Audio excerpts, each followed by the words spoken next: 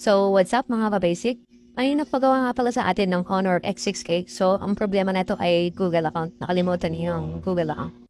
After reset ay hindi na nila ma-activate. So, may mga nagtanong sa atin about sa ganito pero wala po talaga kasi manual yung unit na to. Halos lahat ng mga Huawei at Honor ay wala pong manual bypass dahil nga po sa mga higpit ng security update nila. So, kung nakikinig man o nanonood man yung nagtanong sa akin about sa bypass ng X6 ay ito po yung kasagutan ko. So, ginamitan ko po siya na unlock to. So, one click lang po yan. Within 5 seconds lang hata natanggal na yung Google account ng unit na to. And then, pagkasalpak natin ng USB, after makonect sa computer at matanggal, ganun lang kadali.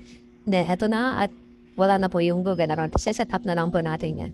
At kung may mga katanungan pa kayo, ay pwede namang pa-comment sa comment section para naman masagot ko at malaman ko naman kung ano yung gagawin kong video sa susunod na upload ko. And, pa-comment na rin kung taga saan kayo at para malaman ko kung saan umabot yung video na to. Salamat!